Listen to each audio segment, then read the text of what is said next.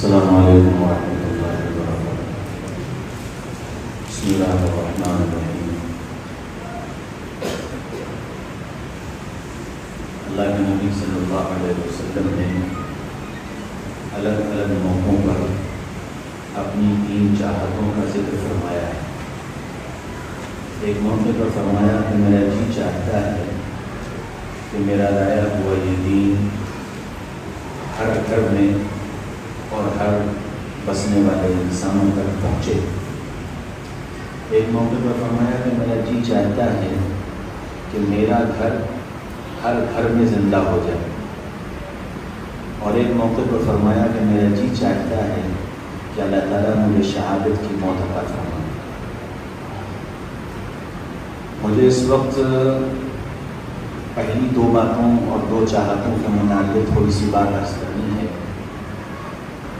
کہ اللہ کا دین دنیا کے بسنے والے انسانوں تک پہنچے۔ اس کے لیے اللہ تعالیٰ نے صحابہ کرام کی جماعت کو منتخب کیا، اور صحابہ نے اس دین کو ساری دنیا کے بسنے والے انسانوں تک پہنچایا، اور پھر چونکہ اس دین کے محافظ اللہ ہیں اور یہ دین قیامت تک باقی رہے گا، یہ کتاب قرآن اللہ کی کتاب ہے، اور قیامت تک اس کی حفاظت اللہ تعالیٰ فرمائیں گے۔ کے اندر پھریں گے تو آپ کو اندازہ ہوگا کہ کہیں نہ کہیں اللہ کے دین کی حفاظت، قرآن کی حفاظت کا کوئی نہ کوئی بہتر سے بہتر نظام چل رہا ہے، اور جس اللہ تعالیٰ کو جس علاقے میں جیسی صلاحیت والوں کی ضرورت ہوتی اور جس طرح کے لوگ ہوتے ہیں ان میں جس طرح کام کرنے والوں کی ضرورت ہوتی ہے، اللہ ان کو وہاں بھیج دیتا ہے۔ اس کی مثال ہے مولانا موسیٰ صاحب کی یہ ٹیم جو ہمارے اس یوپی میں اور وہ بھی ہاتھرس جیسے ضلع میں یہاں آ کر کے کام کر رہے ہیں۔ یقینی بات ہے کہ یہ اللہ کا ایک نظام ہے، اس میں نہ میرا کوئی دخل ہے نہ مولانا موسیٰ صاحب کا کوئی دخل ہے، اللہ کی طرف سے انتخاب ہے کہ ہمیں اس علاقے میں دین کے کام کو کیسے لینا ہے اور قرآن کی حفاظت کیسے کرنی ہے۔ اللہ کا شکر ہے کہ وہ ایک نظام آپ کے سامنے عملی طور سے آیا ہے۔ اچھا، یہ بات ہم یہاں سے باہ کہہ کے چلے جائیں بہت اچھا، ماشاءاللہ بڑا اچھا لگا اور بڑی اچھی چیز ہے، اس سے فائدہ نہیں ہوگا۔ فائدہ تو اصل اس بات سے ہے کہ ہر جہاں سے آپ حضرات آئے ہیں، آپ کو یہ تہیہ کرنا ہوگا کہ ہم اپنے علاقے کے 2 3 نوجوانوں کو فارغ کر کے حضرت مولانا موسیٰ صاحب کی اس ٹیم کے پاس تربیت کے لیے بھیجیں گے کہ یہ ان کے پاس رہ کر، یہ ایک دن میں سیکھنے والی چیز نہیں ہے، یہ چند گھنٹوں میں سیکھنے والی چیز نہیں ہے، یہ تو باقاعدہ ایک تربیتی نظام ہے۔ وہاں رہ کر وہ اس نظام کو سیکھ کر آئیں اور پھر وہ نظام آپ کے یہاں قائم کیا جائے۔ اس کا ارادہ کرنے کی ضرورت ہے، اس کا عزم کرنے کی ضرورت ہے کہ انشاءاللہ جیسے مولانا نے فرمایا تھا کہ تشکیل ہوگی بعد میں، تو اس تشکیل میں آپ کے افراد چاہیے، آپ کے علاقوں سے فرد چاہیے نامزد کہ انشاءاللہ میں فلاں کو آپ کے ساتھ آپ کے یہاں بھیجوں گا اور آپ ان کی تربیت کریں اور پھر ہم اپنے یہاں یہ نظام قائم کریں گے۔ تیسری چیز یہ ہے کہ اس ساری چیزوں کو وجود میں لانے کے لیے جہاں جان کی ضرورت ہے وہاں مال کی بھی ضرورت ہے، اور یہ چیزیں جو ہیں وہ بغیر جان اور مال کی قربانی، دونوں کی قربانی کے بغیر وجود میں نہیں آیا کرتی۔ تو جس طرح آپ خود سوچئے کہ ایک تاجر یا ایک ملازم جو سرکاری ملازم ہے، اس سرکاری ملازم کو مہینے میں 70,000 1 لاکھ روپے مہینہ تنخواہ مل رہی ہے اور اس کی ضرورت پوری نہیں ہو رہی۔ آپ یہ کیسے تصور کر سکتے ہیں کہ مکتب میں پڑھانے والے عالم کی یا مسجد میں نماز پڑھانے والے امام کی ضرورت 10,000 اور 12,000 میں پوری ہو جائے گی؟ سوچنے والی بات ہے کہ بھئی وہ بھی تو انسان ہے نا، اس کی بھی تو حاجتیں ہیں، اس کی بھی تو ضرورتیں ہیں، اس کی بھی تو چاہتیں ہیں۔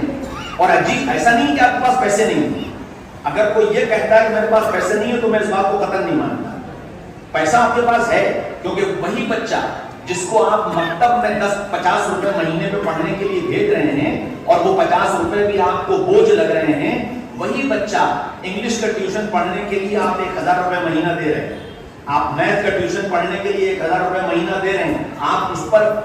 چو بھی نہیں کرتے ہیں، اف بھی نہیں کرتے ہیں، وہ جو مانگتا ہے یعنی جی بالکل ہم دیں گے، لیکن آپ بچے کو میتھ پڑھا دیجئے، لیکن آپ بچے کو انگلش پڑھا دیجئے۔ لیکن قرآن پڑھانے کی باری جب آتی ہے تو آپ کے پاس 100 روپے بھی آپ کو بوجھ لگتے ہیں، آپ کو 50 روپے بھی بوجھ لگتے ہیں، یقینی بات ہے۔ اگر آپ اچھا استاد چاہتے ہیں، آپ یہ چاہتے ہیں کہ بچہ قرآن ویسے پڑھے جیسا قرآن پڑھنا چاہیے، اور آپ یہ چاہتے ہیں کہ بچہ دین ویسا سیکھے جیسا دین زندگی میں آنا چاہیے، تو ظاہر بات ہے اس کے لیے باصلاحیت آدمی چاہیے، اور اس باصلاحیت آدمی کی ظاہر بات ہے کہ اس باصلاحیت آدمی کی قدردانی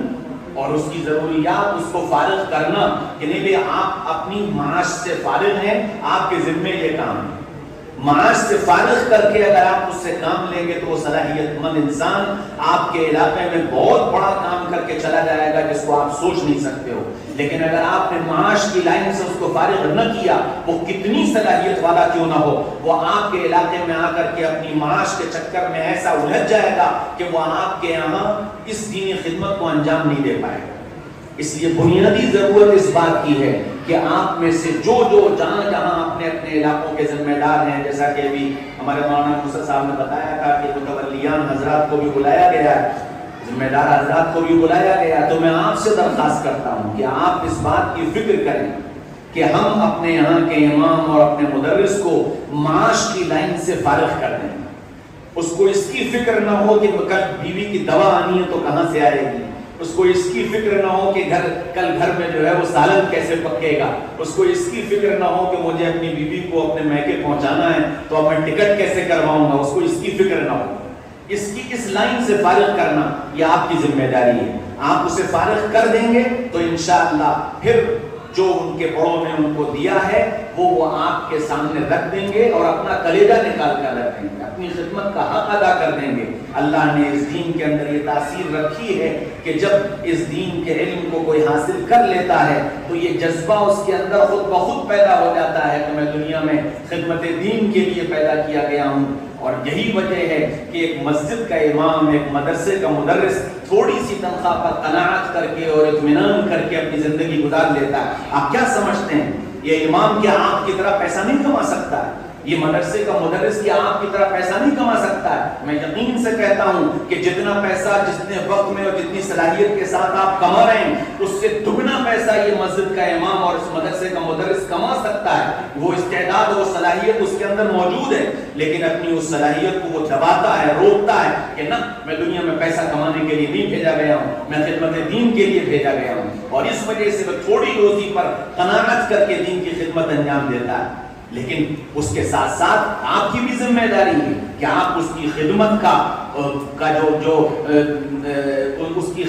جو حق ہے وہ ادا کریں، آپ اس کی قدر کریں، اور ایسی قدر کریں کہ وہ یہ سمجھے کہ مجھے اس علاقے کی خدمت کے لیے اللہ کی طرف سے منتخب کیا گیا اور یہاں والوں نے اس کو نبھایا ہے اور اس کی قدر کی ہے، تو انشاءاللہ بہت اچھے نتائج برآمد ہوں گے۔ نبی پاک صلی اللہ علیہ وسلم کی وہ چاہت کہ آپ کا دین ہر گھر میں اور ہر ملک میں اور ہر علاقے میں زندہ ہو، اللہ نے اس کی نظیر قائم کر رکھی ہے کہ صحابہ اور صحابہ کے بعد لوگ آتے رہے اور کرتے رہے، اور اس زمانے میں یہ دین کی شکلیں ہیں اور محنتیں ہیں جن کے ذریعے سے الحمدللہ دیہاتوں میں، علاقوں میں، ملکوں میں، صوبوں میں ہر جگہ دین کا وجود ہے، قرآن کا وجود ہے، قرآنی تعلیم کا وجود ہے، قرآنی محنت کا وجود ہے، یہ ساری چیزیں موجود ہیں اور رہیں گی۔ اب مسئلہ یہ ہے کہ میرا اس میں استعمال ہوگا یا نہیں ہوگا، کیونکہ اللہ تعالیٰ کے یہاں کوئی رشتہ داری نہیں ہے۔ میں کروں گا اللہ مجھ سے لے لیں گے، اور میں اعراض کروں گا ان تتولوا یستبدل قوما غیرکم ثم لا یکونوا امثالکم، تمہاری ضرورت نہیں ہے، تمہاری جگہ دوسروں کو لا کر کھڑا کر دیں گے۔ اس لیے ہم مستغنی بن کر اور ہم اپنے آپ کو الگ کر کے اگر یہ سوچیں تو یقینی بات ہے کہ صرف اور صرف ہم اپنا نقصان کر رہے ہیں۔ دین اللہ کا ہے، اللہ اس کا محافظ ہے، اور قیامت تک اس کی حفاظت کی جائے گی۔ قرآن اللہ کی کتاب ہے، انا نحن نزلنا الذکر وانا له لحافظون، ہم نے اتاری ہے اور ہم ہی اس کے محافظ ہیں۔ تو قرآن کی حفاظت تو ہوگی، چاہے گجرات سے یوپی میں بلا کر حفاظت کروائی جائے، اور چاہے یوپی سے اٹھا کر کے اور افریقہ کے ملکوں میں لے جا کر حفاظت کروائی جائے، اور چاہے افریقہ کے ملکوں سے اٹھا کر کے اور عرب ممالک میں لے جا کر حفاظت کروائی جائے، یہ اللہ کا نظام ہے۔ اللہ حفاظت کے انتظام کریں گے اور قرآن کی حفاظت ہوگی اور دنیا میں قرآن موجود رہے گا۔ آپ کو اس کی فکر کرنی ہے، تو وہ جو نسبت اللہ کے نبی صلی اللہ علیہ وسلم کی چاہت ہے وہ پوری ہو رہی ہے۔ دوسری چاہت کہ ہر گھر میں میرا گھر زندہ ہو، الحمدللہ ثم الحمدللہ آپ مکاتب میں جا کر کے دیکھیے جہاں محنتیں ہو رہی ہیں. ابھی آپ نے یہاں بھی دیکھا کہ جیسے بچے پڑھ رہے ہیں ویسے بچیاں پڑھ رہی ہیں. اسی طرح ہر جگہ ماشاءاللہ مدارس بھی لڑکیوں کے وجود میں آ گئے اور دارالاقامہ بھی لڑکیوں کے وجود میں آ گئے اور کہیں نہ کہیں فکریں ہو رہی ہیں. تو اللہ کا شکر ہے وہ لڑکیاں فعال بن رہی ہیں. وہ لڑکیاں جو بے پردہ پھر رہی تھی پردے میں آ رہی ہیں. وہ جو ناچنے والیاں تھیں وہ الحمدللہ اپنے آپ کو دستانوں کے ساتھ چھپانے والی بن گئی ہیں. اللہ کا شکر ہوا ہے. ہمارے یہاں ہمارے فیروز آباد میں فلم سٹی میں کام کرنے والی ایک لڑکی وہ اسی طرح سے رابطے میں آئی اور اللہ کا شکر ہے اس نے آ کر کے ہمارے یہاں 8 مہینے کا ضروریات دین کا کورس کیا. اللہ کا شکر ہے کہ اس نے اس سے توبہ کی اور الحمدللہ وہ معلمہ بنی اور اپنے پردے کے ساتھ اور اہتمام کے ساتھ وہ دین کی خدمت انجام دے رہی ہے. ایک لڑکا جو کلبوں میں جا کر کے ڈانس کیا کرتا تھا اور ڈانسر تھا, اللہ کا شکر ہے کہ وہ ٹچ میں آیا اور پھر اس کی تربیت ہوئی, ذہن بنا الحمدللہ. پھر وہ حافظ بنا, پھر وہ عالم بنا, پھر اس نے حیدرآباد یونیورسٹی سے کمپیوٹر سافٹ ویئر میں انجینئرنگ حاصل کی. پورا نظام اللہ کا شکر ہے کہ ہمارے یہاں کا وسواق اسلامک سینٹر کا سارا نظام دیکھ رہا ہے. صلاحیتیں موجود ہیں, کام کرنے والے کام کر رہے ہیں اور ان کے کام پر اللہ کا شکر ہے صلاحیتیں وجود میں آ رہی ہیں. جیسے آج آپ نے دیکھا کہ یہاں پر ہمارے ان اساتذہ نے جو بھی یہاں کام کرنے والے ہیں اللہ تعالیٰ ان کو بہت جزائے خیر دے اور ان کی ہمتوں کو بلند فرمائے کہ انہوں نے بڑی محنت کے ساتھ ہمارے اس جیسے علاقے میں جہاں شین اور قاف کا درست کراتے لوگ جو ہے تھک جاتے ہیں اور جہاں عین اور غین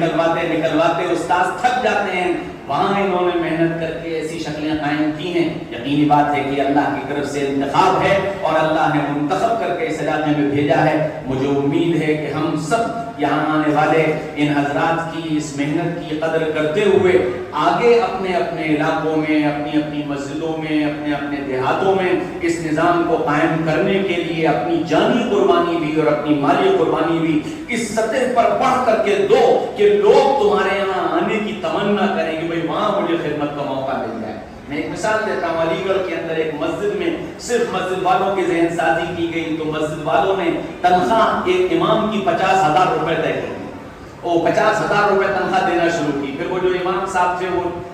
چلے گئے, کہیں اور چلے گئے, تو اب ان کو امام رکھنا تھا تو انہوں نے اخبار میں پوسٹ نکالی. 1800 ایپلیکیشن ہے,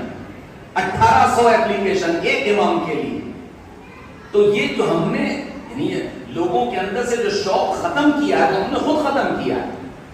ہم اگر چاہیں گے تو یہ شوق دوبارہ زندہ ہوگا اور انشاءاللہ ہر گھر میں حافظ پیدا ہوگا, ہر گھر میں عالم پیدا ہوگا, ہر گھر میں امام پیدا ہوگا. یہ شوق ہمیں پیدا کرنا ہوگا, مسجد کے ذمہ داران ہیں انہیں پیدا کرنا ہوگا, گاؤں کے رہنے والوں کو پیدا کرنا ہوگا کہ ہماری مسجد کا امام ہے, قائد ہے, رہبر ہے, ہم اس کو قائد اور رہبر بنا کر رکھیں. اور قائد اور رہبر کا مطلب کیا ہوتا ہے؟ قائد اور رہبر کا مطلب یہ ہے کہ وہ ہر لائن میں ہماری قیادت کرے, ہماری رہبری کرے گا, ہماری رہنمائی کرے گا اور اس کے اندر وہ صلاحیت پیدا ہوگی فارغ البالی سے کہ وہ فارغ ہو, اس کو سوچنا نہ پڑے, اس کو کسی کا منہ تکنا نہ پڑے, اس کو کسی کا ڈر لاحق نہ ہو کہ یہ بات کہہ دوں گا تو متولی صاحب ناراض ہو جائیں گے اور تنخواہ رک جائے گی اور کمیٹی سے ناراض ہو جائے گی, فلاں ممبر ناراض ہو جائیں گے. جب تک یہ فارغ البالی آپ اپنے ائمہ کو اور اپنے مدرسین کو نہیں دو گے, علاقوں کے اندر حق بات قائم نہیں ہو سکتی اور حق کا نظام نہیں چل سکتا.